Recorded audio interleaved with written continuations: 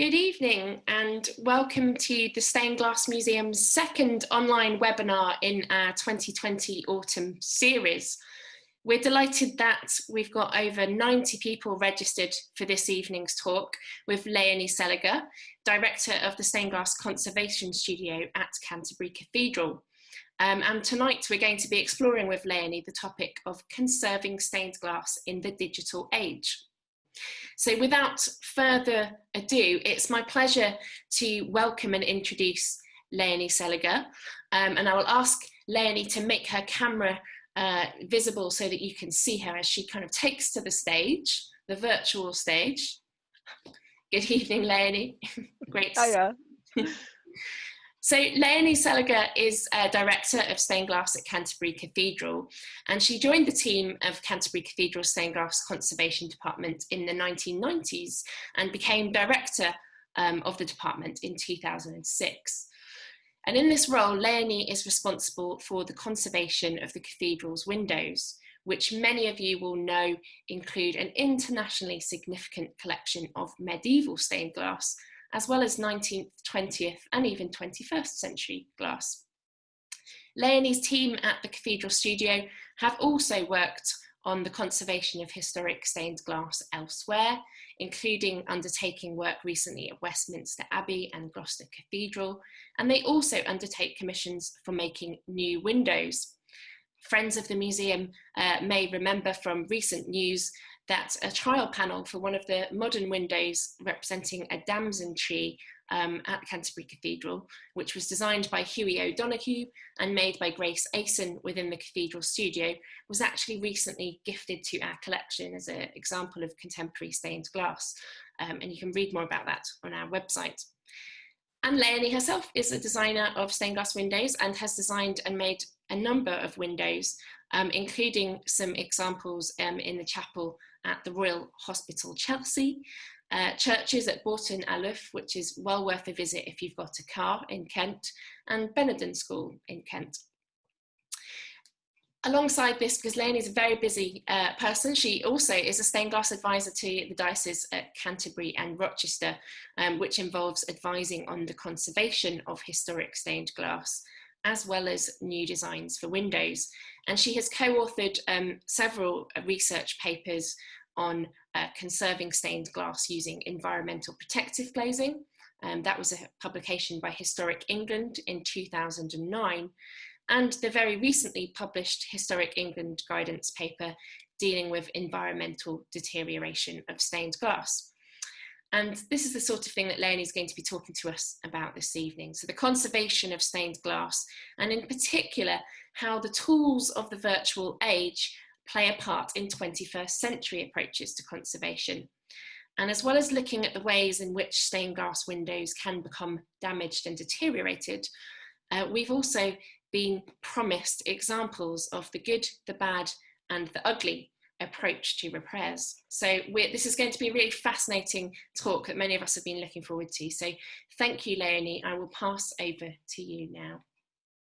Well, thank you very much, Jasmine. Very kind of you to introduce me so fully. And I think I possibly invited a little bit of disaster by choosing such a huge scope for my talk. So maybe I'll not touch on every example of what you've just mentioned, but I hope it'll still be worth your while. So my talk is about how digital technology can help us care for cultural treasures. And by digital technology, I'm gonna come clean now. I mean Photoshop. I'm not a computer programmer. I've never designed an app. I'd like to. I don't know how to, and I'll actually finish my talk with one. Now, the majority of stained glass windows do not live in the safe confines of a museum such as the wonderful Ely Stained Glass Museum. Most are parts of a building. And as such, they are exposed to everything that the environment and vandals can throw at them. And so obviously they are prone to damage. So then when something physical happens to them, something physical will have to deal with that problem. There is no such thing as mending a hole virtually if the hole lets in rain and bats. What we do or do not do when faced with damage depends on our understanding of the objects, of the way they have changed over time, of the significance of their different elements, be it original or a later addition, and how we value them. But it also, and I think that's quite crucial and often overlooked, it very much depends upon our own self-awareness. Is what I would like to do actually necessary? Is it within my skill set? Am I good enough? Have I looked hard enough to understand what I see? And am I sure that what I think I see is really there? Because is my eye an objective witness is the question, or is what I see actually skewed by the current, and I'm going to use a German word here, Zeitgeist, the prevailing aesthetic environment in this case?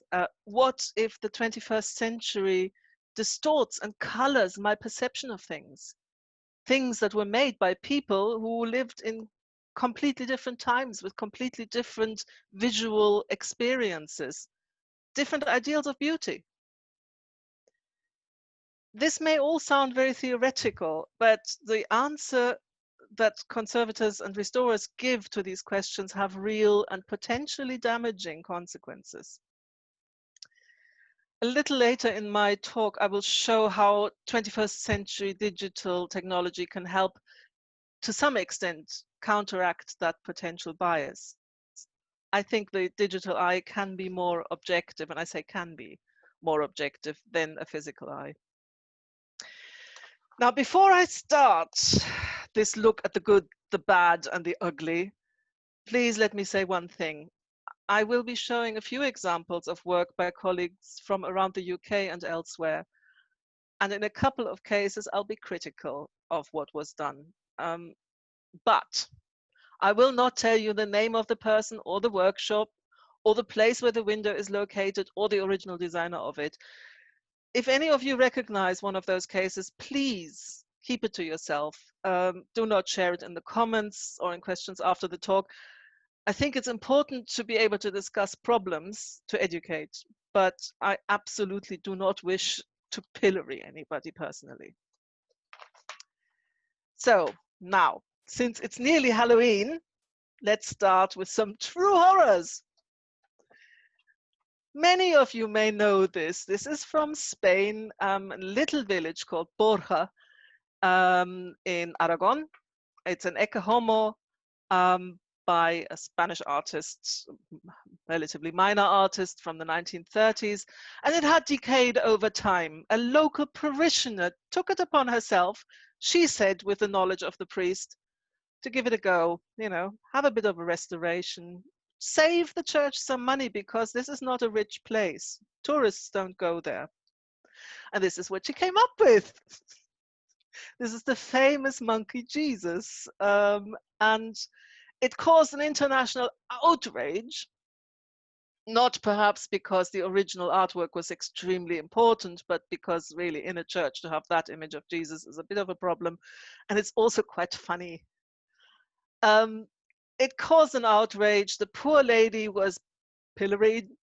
But in the long run, interestingly, this had a really positive effect on the local economy because guess what? Tourists are now flocking to Borja to be photographed with this Jesus.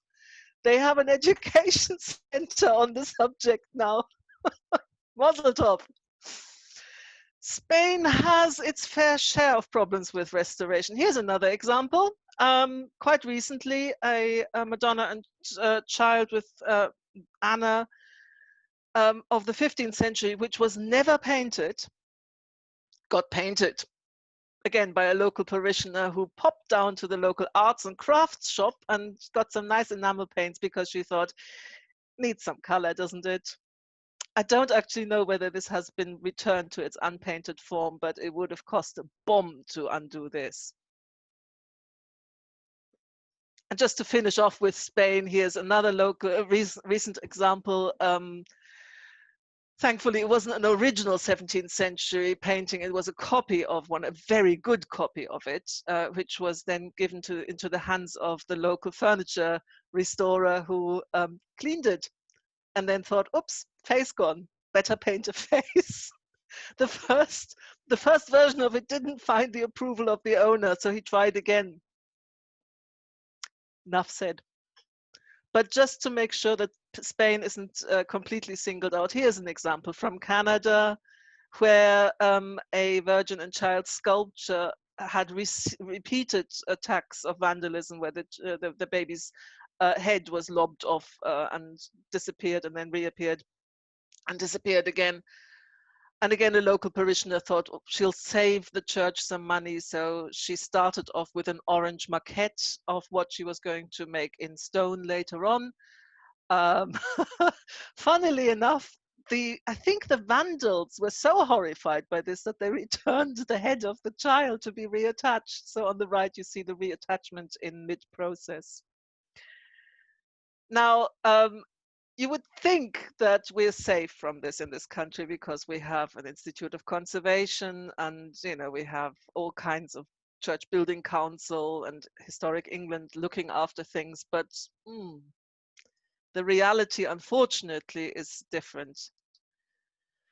So here we've got a rather late arts and crafts window, which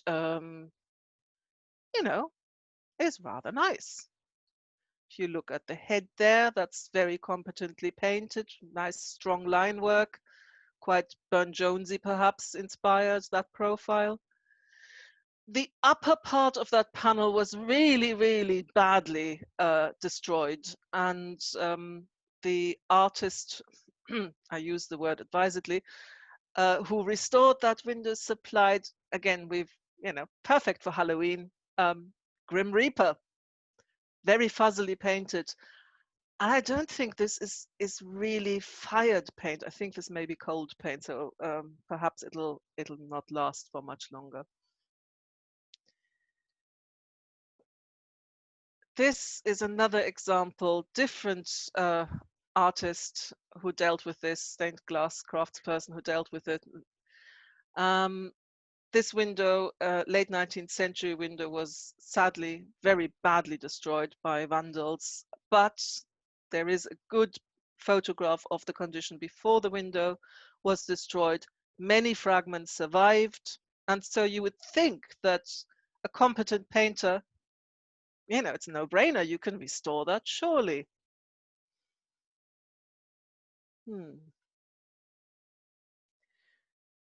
Now, the astonishing thing here is that the parish are actually pleased. They're really happy. And I don't understand that. How can you be happy with such a horror? It lacks any understanding of physiognomy, of depth of shading, of how drapery works, anatomy. How is it possible that something like this happens in this country with so much good evidence on how the original looked like? It's quite staggering. You'll be pleased to hear we're done with the horrors now. So next example is perhaps a more positive one.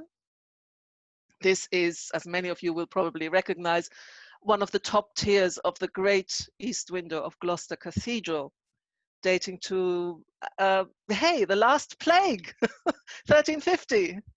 So hello, plague sisters.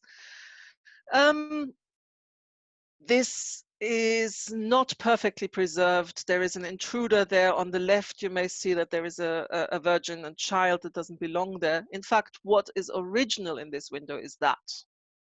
And that is plenty to discover that we have actually a row of angels that are based on two separate cartoons, one left facing, one right facing.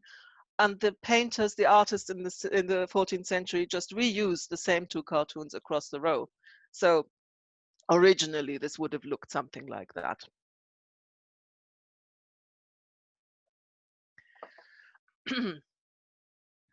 However, if you look at that face, you'll realize that that head of the angel is actually quite different to the surviving original head. So what's going on there? Well, what happened there is that about 50 or 70 years after the window was made, some damage occurred. And Gloucester Cathedral so happened to have another glazing campaign going on with another workshop on site. And they just pointed at the hole in the east window and said, up there, there's a hole. Could you fix that? And one of the painters obviously did.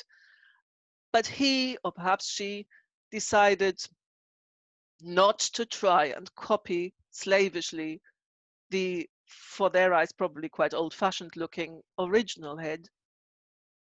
They had a sort of a riff on that and did something very modern for their eyes. It still fills the shape perfectly, but the tilt of the head is different, the hair is different, the hairline is different. It's all been updated.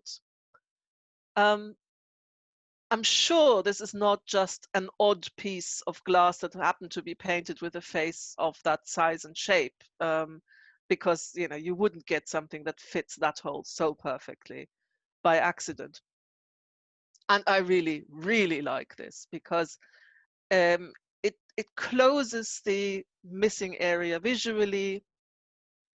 However, it totally doesn't make any secret of the fact that it's a new piece. So you can quite easily recognize it as a restoration. You're not fooled to think that this window is intact. Mind you, you could say that about the very bad restorations I showed you earlier as well. They are definitely recognizable as a new addition, but you know what? It doesn't have to be that recognizable. It's just disrespectful. So that I think is an interesting and good approach at filling a hole. And a few years later, I actually did something similar with a missing head in a church in Lydia, Tregoes. The window dates to the middle of the 17th century. It's not all of it, this is just a tracery. And as you can see, one of the angels is missing its head. Now, that's not really a hole, it's just a piece of blank glass with no paint on it and a little bit of dirt on it. And that would be acceptable, I think, in many cases, but in this case, it really dragged the eye to that hole rather than allowing you to just enjoy and appreciate this wonderful window. So again, rather than trying to really closely invent a new face that looked like a 17th century face, aren't they lovely though? I mean, look at them. They look so astonished. I made one that is very kind of in the spirit, but slightly more fuzzily painted, a little bit more modern looking perhaps, and perhaps less interesting, because really the idea here is to direct the eye to the originals, make it clear this is a later edition, but it's not that interesting, so we'll ignore it. Of course, if you have, I mean, in this case, I didn't know what was there originally. I just knew it was a face, but I didn't know exactly what that face looked like. In some cases, I think it's perfectly acceptable to make a very, very close copy if you can, and just sign it and date it discreetly. So one of these two faces is the original and one is a copy. Guess which one? I know. Now, what do you do if there isn't a hole in the window and you have all original material, but you have a problem? One very typical problem, and very often pertaining to 19th century glass, is the loss of the painted decoration. This is the former east window, or was it west window? I'm actually not sure, of Sherborne Abbey, designed by Pugin, executed by Hardman & Co. and at the worst time when Hardman actually had a problem with their paint mix. And so the painted decoration weathered off. Hardly anything was left. And so what we now have is a window that is just a mosaic of colored glasses. If you look more closely, there is actually quite a lot of information still on the glass, but no dense trace lines. Some of the shading is still visible, but you know, it's not enough.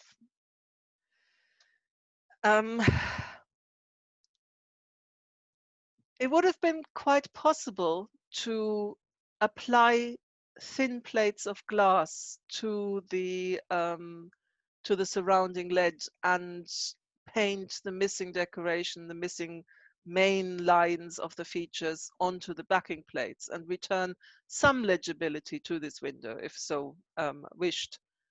But it would have actually been very expensive. Quite a lot of discussion would have to go into how much to return. Do we just focus on the faces, or do we also treat the draperies? If so, then you'll end up with a window that has basically a double skin. Or you could paint directly onto the original glass. That carries its own problems in terms of reversibility. And whatever you do, you would have to put the window behind protective glazing, because your conservation interventions would weaken the window or make it more vulnerable to environmental influences. It would have cost an awful lot of money, and eventually the church managed to get permission to remove the window. I think it now lives in the stained glass repository of the Worshipful Company of Glaziers. And the window was replaced with a new design by John Hayward. I'm quite sad about this. I think the window was still beautiful and interesting without its paint in a different way. Here's another example where something very similar has happened. And in this case, the church decided to, yes, have actually some of the paint lines returned, just enough to return legibility to the window without over interpreting it. Is a very, very successful example here, I think. I'm not sure whether it's done with backing plates or whether it's painted directly onto the glass. I think it's backing plates.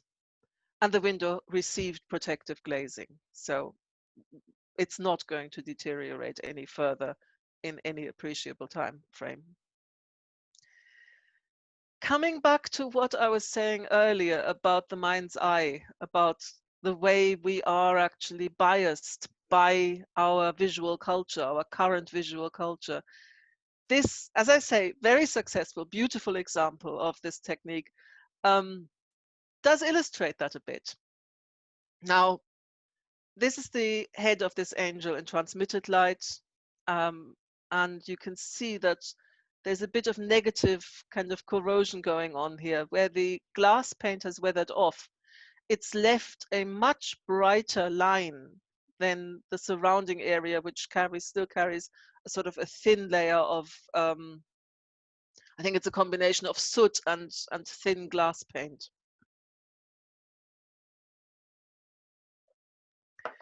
If you turn this image to its negative, it becomes suddenly very clear. So, you know, hey, Photoshop. And I've taken the color information out to just get rid of that distraction, and I've enhanced just by allowing the program, the computer program, to darken the darker shadows. So there's no interpretation on my part really involved here. So I've enhanced what was visible already. And that's a really good guide for the painter then to reinstate the lost paint. I don't know whether that is what these people, the conservators who dealt with this actually did, but I just sort of, you know, retrofitted this now. And if you now put the face with its reinstated paint lines on top of it, I think you'll actually see that there is a slight difference. It's not a problem, it's not a biggie, but it illustrates my point about the contemporary bias of our eyes. That nose has had a nose job. And just like the lady on the left, who really did not need her nose shaved, she did that because this is what we want today. We want slightly upturned little noses. And so the painter, I'm sure, completely subconsciously gave the angel a just tiny little nose job. There we go. And as I say, no criticism, just making a point here. Um, Yesterday, I asked my colleagues, the three of my colleagues, to do something similar with this face. Now, this is something we actually worked on several years ago, and so they were familiar with it, but not that familiar. It was several years ago, and they didn't actually have a lot of time to spend with it, not as much as I did eventually. My instruction to them was, try and imagine that you want to return some legibility to this face without over-interpreting it. Just give the main important lines that define the features. And so here are 3 different versions based upon that instruction. It's astonishing, isn't it, how completely differently people see something that is identical. We've even gained another eye here, which I assure you isn't there. I think in this case, what's very, very interesting is the way the jawline is so defined and quite sharp, angular, you know, could cut bread with that jawline in some cases. Now, using the computer and using reflected light photography, I was actually able then, years ago, to return a lot of legibility to that face. And this is actually what I managed to get out of it. And you see that really what perhaps would have been the appropriate level of detail to return to this if we had wanted to actually plate it or go the route that the conservators in the previous examples went, that is what you might want to put back. However, in this case, and this is St. Andrew's Church in Gatton, that was actually decided wouldn't be appropriate. The window dates to the middle of the 17th century. The glass has corrosion damages, so you couldn't actually apply paint directly onto the glass. And it also was in terrible condition. There you go. It was falling apart. However, the window was actually still in early 19th century, late Georgian lead, and we did everything to preserve this lead matrix. Although it wasn't the original lead matrix, it was a very old lead matrix, and we felt it important to preserve it. And also, you know, if we can preserve a lead matrix, we will. It puts unnecessary stresses on the glass pieces if you dismantle and re-lead something, if it doesn't absolutely have to be done. Sometimes it does have to be absolutely done. In this case, we knew that the window would be behind protective glazing, so that wasn't going to be a problem. Painting the extra lines on backing plates would have also required interfering with this very, very thin-walled, very fragile and deeply corroded lead matrix, which was just about enough still stability in there with some repairs to hold the very thin, very lightweight glass upright without any wind pressures in a new frame. But it wouldn't have actually tolerated an extra skin of glass to be attached to it. So instead of that, we found that in reflected light, a great deal of the decoration was still visible. And so I photographed the entire window in reflected light and then stretched each section and sections of sections and individual pieces in Photoshop over the transmitted light photographs until they lined up perfectly. And then I made the layers so transparent that they could actually be seeing through each other. And lo and behold, in the virtual reality, this window retained or regained an awful lot of its lost legibility. So here you have the whole process from the left seen in situ before the conservation, and you can actually see an extra sort of layer of lead lines through it. There was a form of external glazing applied to it, which was just some Edwardian shop windows, I think, with sort of floral decorations. Quite bizarre, but it actually kept the window together. Otherwise, it would have blown in a long time ago. So now here you see it installed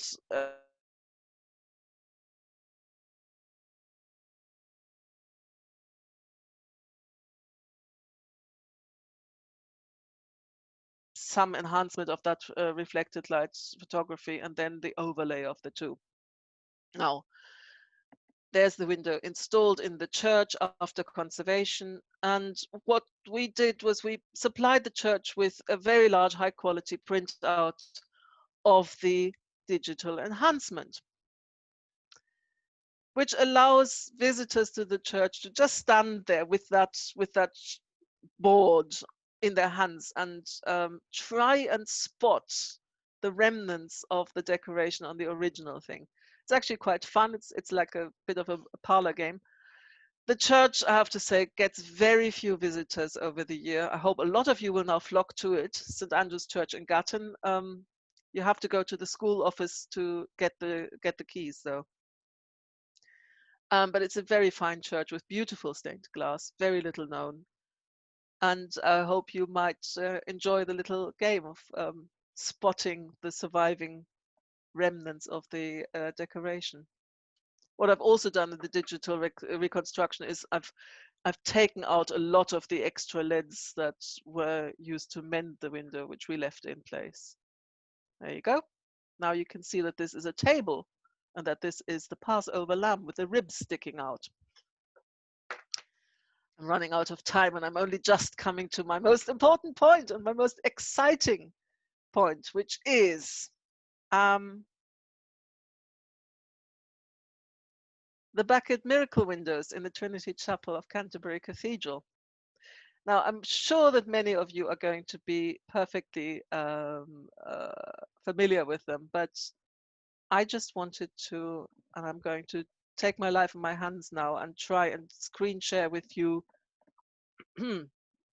this. So this is Canterbury Cathedral, my natural haunt, 3D tour of it, which is rather nice to have. We're looking west. If we turn round now, we can actually see the miracle windows, the Becket miracle windows surrounding the area where the shrine of Thomas Becket originally was. We are in 2020. This is the anniversary, the 850th anniversary of the murder of Thomas Becket and the 800th anniversary of the translation of his remains into the Trinity Chapel, which was purpose-built to house his remains.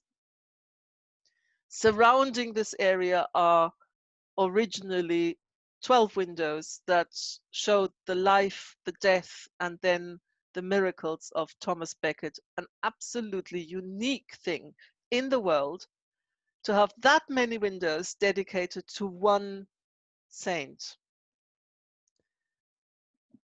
Right, I'm going to try and come out of this now. Ah, yes, I did it. Wonderful.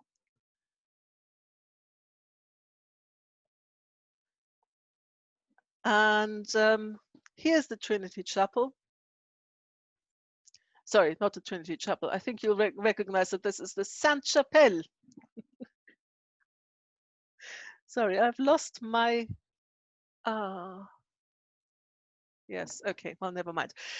This is the Sainte-Chapelle in Paris. And why am I showing this to you? Well, for two reasons. The first one is that the Sainte-Chapelle is, just like the Trinity Chapel, a shrine house. It is the most famous one, the most beautiful one. However, Canterbury Cathedral got there about 30 years beforehand, in that the Trinity Chapel is basically built as a super shrine around a smaller shrine, allowing the pilgrims to actually come into the shrine. And the Sainte-Chapelle does the same thing. There is the shrine in the Sainte-Chapelle, which housed the crown of thorns, which famously and recently was rescued from the burning Notre Dame. And our Trinity Chapel would have originally looked something like this. And I'm going to just bear with me. There we go. That is a virtual reconstruction of what the Trinity Chapel in Canterbury used to look like, with the shrine of Thomas Becket smack bang at the center, grills all around, and all of the miracle windows. And you can see a group of pilgrims here with a monk explaining the miracles depicted in the windows, which I quite like. This is supposedly the condition of the place in 1403. You've got pilgrims kneeling here, saying their prayers.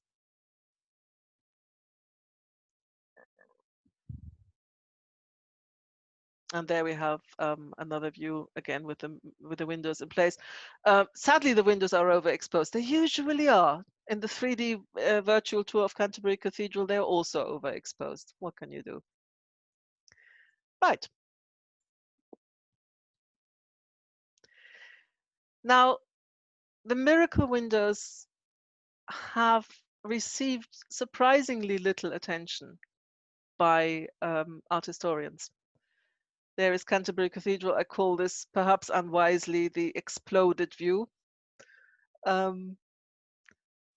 And there is the Trinity Chapel glazing with the clerestory glazing, the smaller windows, and the lower windows are the miracle windows, and then around the corona, the remnants of the medieval glazing there. This is actually all the medieval glass that survives in the Trinity Chapel. These windows told the stories of witnessed miracles attributed to Thomas Becket.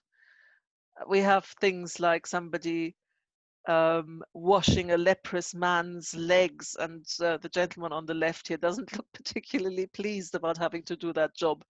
On the right, a man, disabled man with his legs actually turned the other way around. There is a medical condition that really does look like that. And he's receiving alms. Miscarriage of justice. This poor man, who was innocent of the crime he was accused of, has his eyes gouged out, and he's also being castrated there. You don't see that very often in a stained glass window, do you? An epic nosebleed. An accident at work. I love this panel.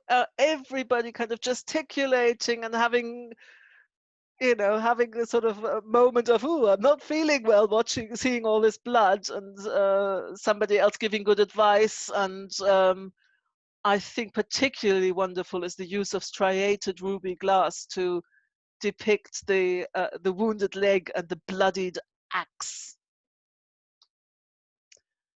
On the left, a mad woman. On the right, boys throwing stones at frogs while their friend falls into the water and drowns. And the astonishing thing is we know the names of these people because all these miracles were written down. So where else in the world do you actually know the name of a working woman, a wet nurse of the 12th century from somewhere in Yorkshire? Her name was Britonis.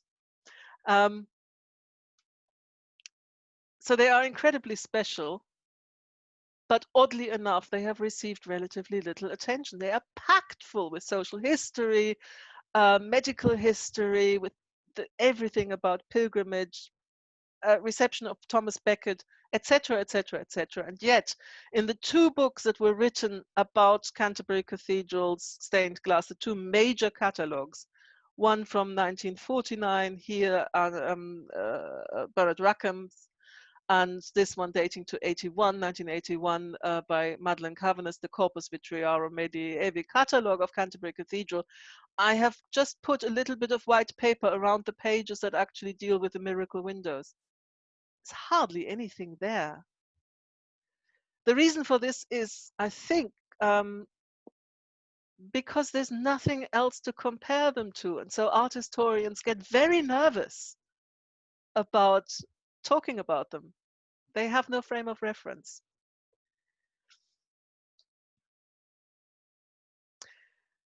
Thankfully, there has been work done on these windows by historians and art historians. But one of them in particular, Rachel Koopmans from York University in Toronto, has been working for 20 years on pilgrimage, Becket pilgrimage, and the miracle windows. And a couple of years ago, we actually were lucky enough to be given some money from the Friends of Canterbury Cathedral to investigate one of the windows. So we took out this little window here and brought only the figurative panels, not the border panels, not the ornamental panels. We brought the figurative panels into the workshop, and there is Rachel having a look at the glass. We investigated every single piece of glass in raking light, in transmitted light, in reflected light, under the microscope, to ensure that we understood each piece of glass exactly. We photographed everything in super high resolution.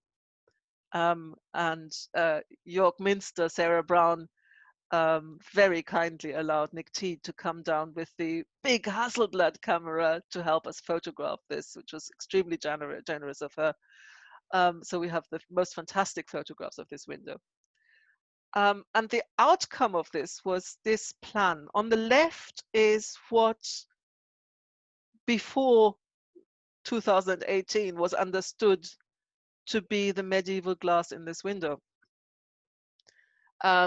Again, I'm only talking about the figurative panels. There is a lot of medieval glass in the ornamental panels. Our research showed that in addition to everything that was identified as medieval, we had a lot of medieval glass that had been reused by later restorers to make up panels that looked very medieval, but weren't really original original designs, just using medieval glass. And all that's orange has been identified as original medieval glass that belongs to this window, which is super exciting. I mean, two whole panels that had been dismissed as forgeries turned out to be originals. And one of them, and I think really the most glorious find, is this panel, the earliest example of an image of Becket pilgrims on the way to Canterbury. What you're seeing here is what is original and in situ. You can find an article by Rachel Koopmans about this on Vidimus, issue 123. I highly recommend that. Now, if I go back, you can see that there are areas here missing, and really the only thing that should go in there are heads, and the same thing here. We have at least 3 people visible on horseback, but we've got more horses. We've got 1 white horse, 1 yellow horse, 2 green horses. We've also got a pink horse, so 5 horses. It's just 1 leg visible of the pink horse. We've got 5 horses and potentially, therefore, 5 people on horseback. We have 2 people visible here. There may have been more. It's very likely, well, there's a shape of a head here, isn't there? And of course, the other windows in the cathedral that date to the same period have this feature of what I call agglomerated cauliflower heads. It's a sort of bunch of heads all stuffed together. But in that sort of agglomeration, there is a lot of interaction, a lot of different viewpoints. This guy is looking at the flaming pillar. She's looking back. He's looking at her, and so on and so on. So we've got Moses leading the people into the desert, and here we've got Christ leading the Gentiles away from pagan God. Check out that devil.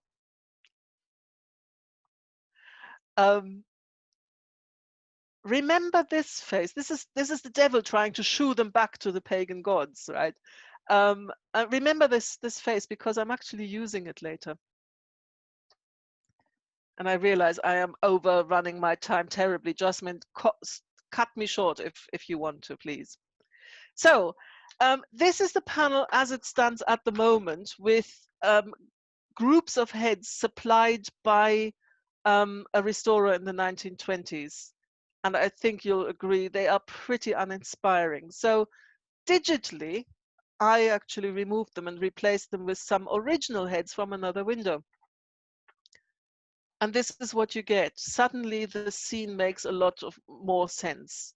You have the rider looking at the disabled man, taking a ring off his finger to give as arms.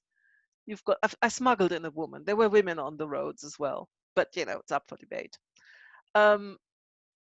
There's a little hand here, which we identified this piece as a restoration. So this yellow bar isn't floating in midair. It's actually somebody's pilgrim staff, and he's poking the rider to get his attention, either to say, get on with it, there's Canterbury, or perhaps to say, look, have you noticed this poor man? Could you give him some alms, please?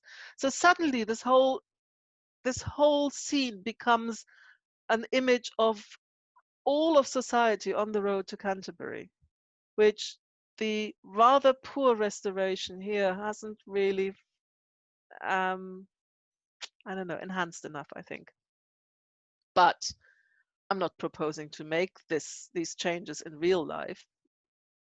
We can see them here, and they are temporary, they are up for discussion. We haven't changed the object. However, the windows in the Trinity Chapel, the miracle windows, are in need of some attention physically. They are warping, and the protective glazing that was installed in the 1980s is not functioning very well.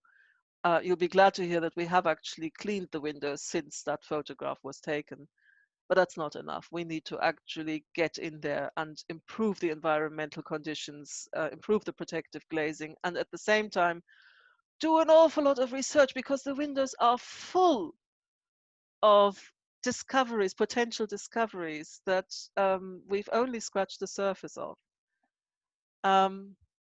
My dream is to eventually have something like the Sainte-Chapelle has. Oh, what have I done? There we go. And I'm going to play you this little video here. Many of you may have actually been to Sainte-Chapelle and tried the app. They have an app developed by by one of their staff who dabbles in making apps, and it allows you to point your mobile phone at a window. There's a little viewfinder, a little green, there you can see it, a green square. If you line up that green square with a panel in a window, the app knows exactly which panel you're looking at, and it brings up a close-up of that window. And you could load conservation diagrams on it. You could load the stories on that app. I mean, you know, the world's your oyster.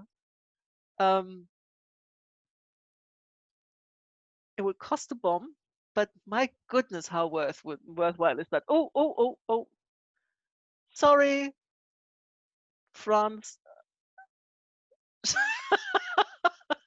I knew something would go wrong.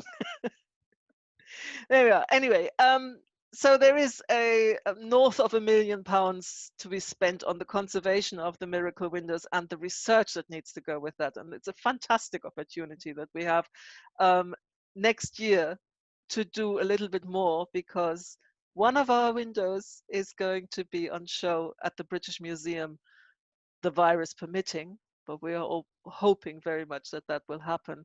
A year late, it was supposed to be as a celebration of the 800th anniversary of the translation of Beckett's remains into the Trinity Chapel.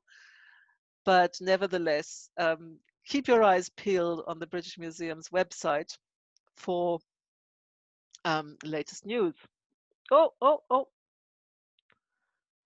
it keeps talking. Right, there we go. Now, there we are. Because it's Halloween, I'm going to finish with a really quick one. This is another one of these panels that we investigated in the little window, and it is possibly the earliest representation of a nightmare. This man, Stephen O'Hoyland, had night terrors that kept him from sleeping, and actually he woke up screaming in terror every night. And his servants came, and he actually instructed them, if they heard him scream, to come and pull him at the hair so that he would wake up. This happened 3 times. 3 times he was accosted by a demon. 3 times he asked Thomas Becket's help, and eventually the help of Thomas Becket rid him of that demon. So very interestingly, we have one demon coming down from above. That red thing is a demon.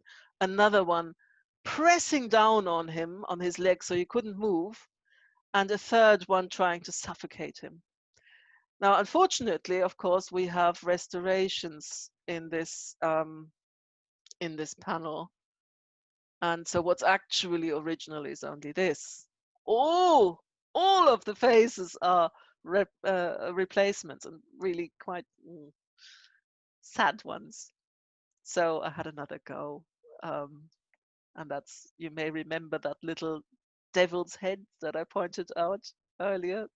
That's been used here now. Quite interesting. I had to turn the head around because in reality he should be facing downwards so that his servant can actually pull at his hair.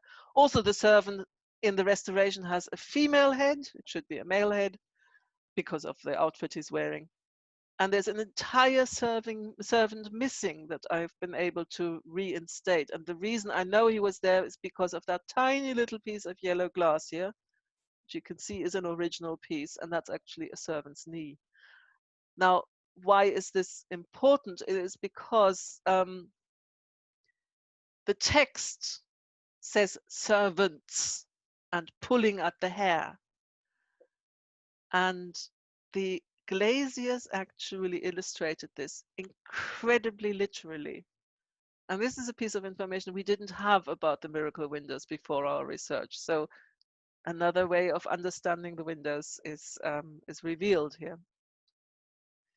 So thank you all for your attention. I'm so sorry I've spoken for far too long. I hope some of you have stuck around, and please bring on questions. I'd love to hear your questions. Thank you very much. Thank you, Léonie. That was brilliant. This is the sound of applause, which we're all doing from our homes. Thank you for showing us so many examples, and it's wonderful, of course, to see some examples in your home cathedral, Canterbury, with the glass that you know so well. We have got a few questions coming in, and do keep writing them in the Q&A. I will kick off with a question about the use of photography, and digital photography especially, in decision making, and also the potential for interpretation. Obviously, Canterbury Cathedral, the miracle windows, are a kind of unique example because we have the texts for those windows. There has been some money which has been fundraised to help with the research and to give you that time to explore how to approach conservation and to actually research how the windows may have been originally. But is this possible on a smaller scale? You know, the average parish church, how much is digital photography actually used in the decision making when one's approaching conservation of a window? It's a really, really good question. I think it as digital photography has become more accessible to more people, it's now the tool of choice. But the manipulation of images is still relatively rare, I think, because it's a skill that takes time to learn, and it's surprisingly time consuming. So very often you find that it's just personal interest, and it's difficult to estimate. It should be covered by grants, and you know, all you can do is offer it and say, you know, this is what it's going to cost. The trouble is, of course, when you bid for projects and you include costs for this sort of thing, often you're just pricing yourself out of the competition.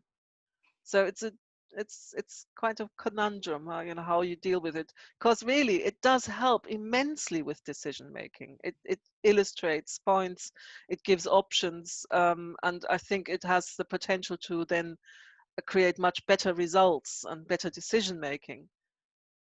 But as you said, parishes are living on a shoestring, and so yeah, that's one of the reasons why with Gatton we gave them a printout on a board rather than suggest a digital app. Well, you certainly demonstrated how you know, digital photography can be really actually demonstrate the need for that, and how research is so vital for some of those windows. And I don't think not many conservators approach it in that way. So maybe it's something we'll see more of in the future, more time and money spent on Wonderful. research. Mm. Jim asks, what do you think is the place of the relatively new technology of virtual restorations in understanding the historical stained glass, and how should it be used? That's similar, I think, to what I just asked. But perhaps you might say a bit more about the interpretation then, because I talked about decision making, and clearly these apps can be used in places where lots of tourists go. Yeah, they can be, but they also, I mean, you don't have to have an app. You can have a book, or a booklet, you know. So it's very, very versatile. Interpretation, well, you know, I think that what Rachel and I have discovered is right, but we are looking at two huge tomes, one from Arthur Barrett Rackham, and one by Madeleine Cavaness, who both got things wrong. So I am sure we got things wrong. The beauty of digital restoration, virtual restoration, is you don't need to undo anything. You just press the delete button. It's that simple. And you can easily modify things, try out different things without harming the object itself. I think anything that changes an object has to be really, really carefully thought through and done very advisedly, and only if it's necessary. And the beauty is with virtual reality, many things become less necessary. Yeah, fantastic. And we all look forward to seeing more about the Canterbury glass and its interpretation. Hopefully the Friends of the Museum will make it to Canterbury next year. We were meant to go this year, of course. You were meant to come this year. What a shame. Diana says she was researching for her book Stealing from the Saracens, which I haven't heard about, Diana, so we'll look up your book. She discovered that early glass, 1200 to 1400, was shipped over from Syria, and glass analysis confirmed that glass in Canterbury, York, Saint Denis and Chartres has this so-called Islamic composition. Do you know which glass in Canterbury, if any, is in this category? And it's something to do with the use of Syrian plant ash in the flux. Interesting. I've not seen that research. I have seen research that was done recently by Laura Adlington, where she used XRF an XRF gun to analyze the composition of some pieces of glass in our ancestor windows. I'm not aware that she proposed a Syrian origin, so this must be some other research. Please share. Syrian plant ash would be a soda-rich ash, which would make potentially very durable glass, little prone to corrosion, much less prone to corrosion than the typical medieval potash glass. And I know, of course, that Theophilus, for instance, suggests that you use pieces of Roman glass to make blue glass, because blue glass was very difficult to make in the early Middle Ages. So they used Roman glass tesserae to produce blue glass, and the Roman glass was made with Syrian plant ashes. So there are some windows in Canterbury Cathedral, particularly the Bible windows, which have beautifully preserved glass with surfaces that are practically unaltered, and particularly the blue glass is just glittering on both sides. So it wouldn't surprise me at all if that was a late example of that use. I'd love to crawl back in time and see the cartloads of Roman tesserae arriving at the glass houses in northern France. You know, who knew? Well, Diana, we'll share that book with Léonie, and if you've got any further information, do put it in the chat and we can all see. Question from Annie in Maidstone. Was the problem with the paint pigment, especially in pre-Raphaelite windows, more to do with firing cycles than the mix? Really good question. I recommend Katie Harrison's article, "The Tears Our Windows Weep," I think it is called, again on Wiedemus. Alison Gilchrist. Sorry, oh goodness, Alison Gilchrist. Alison, if you're listening, I'm so sorry. Brilliant article. It's not something that I have any expertise in, so I think I'll refer to Alison on that. Yeah, there's been various suggestions. I don't think it's as simple as one answer fits all, so that's probably the easiest thing to say on that. Ting asks, if you could clarify why sometimes glass needs protection after it's been conserved, and this is probably talking about environmental glazing.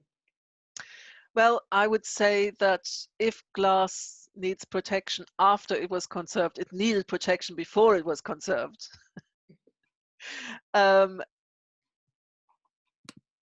Protective glazing helps preserve more original material than would otherwise be possible. For starters, you can actually retain a weakened lead matrix, which is plenty strong enough to hold the weight of the window upright, but would potentially not resist a high wind over time. You know, so that is a real bonus. Also, some conservation materials, particularly epoxy resins, are vulnerable to UV light degradation, and so there are protective glazing systems that incorporate UV filters, which would prolong the life of the intervention of the. It's an investment, isn't it? I mean, it's a real monetary investment in a piece of cultural heritage if you carry out a conservation project. So you don't want to have to repeat that very quickly. And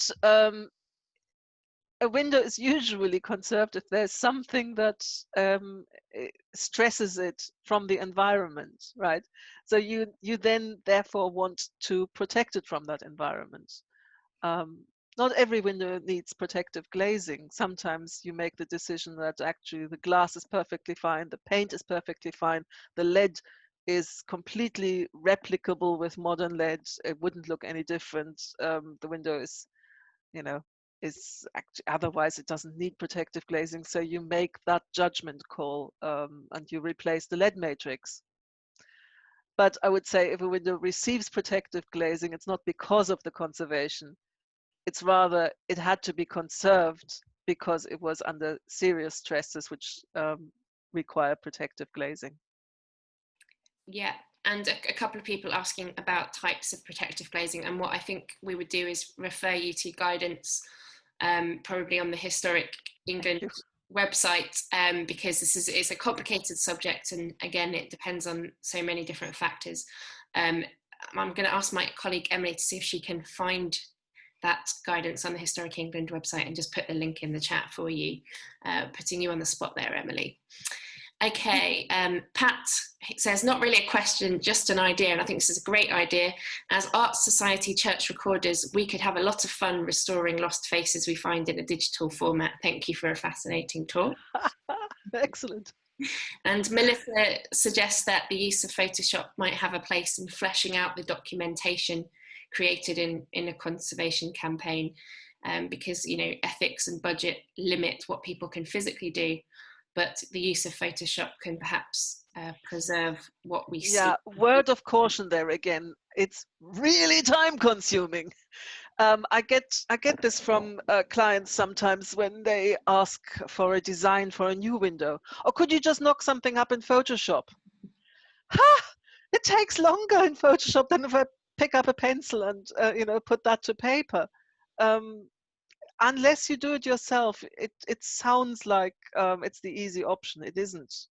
It's an interesting option, but it's not an easy one. Okay, I think we'll finish with one more question. There's a couple more coming in, but don't want to keep Léonie for too long because I know she's been at work all day. You can see she's still in her office. We must let her go home. And this one comes from Suzanne, Master of the Glaziers. If you can just pick one, Léonie, what do you think is your most successful and sympathetic conservation, and why do you choose it? Oh dear, you're putting me on the spot. I think Gatton is actually a really good example. I'm so happy with the results, and particularly since actually the client originally wanted us to work on a different window. The client was a benefactor of the church. He wanted to give something back to the church, and he suggested that I go and have a look at the south window, because he could see that from his pew every day. And I walked into the church and I saw this strange, weird, underlit thing in the east window, and something just, you get a sense. I just thought, hang on, this is really, really special. But nobody had been looking at it much because it was so confusing to look at with the extra outer glazing. So I'm really particularly pleased that we managed to breathe some life back into it and bring it to the attention of the public. Fantastic. Well, thank you, Léonie, again for a really, really stimulating talk with lots of things for us to think about. We really appreciate your time this evening, and thank you all for your questions. I'm sorry we haven't been able to answer all of them, but we will try and respond individually if we can to your questions. Thank you all for joining us. I did want to just draw your attention to our talk next week by Mel House, a stained glass artist called In the Light of Modernity, and she'll be talking about some of her work, including work at Durham Cathedral. So do get tickets. Tickets are available via Eventbrite. And if you're joining us and you're not already a friend of the museum, you might like to consider joining. It's just £25 a year, fantastic way of supporting a small independent museum. And please do also follow us on social media if you want to know what we're up to. Thank you again for your questions and your comments on the chat. And Léonie, who I think has disappeared for a moment, we really appreciate you giving us the time today. So thank you very much for your fascinating talk. It was a pleasure. Thank you. Bye-bye. Hope to see some of you next week. Thank you.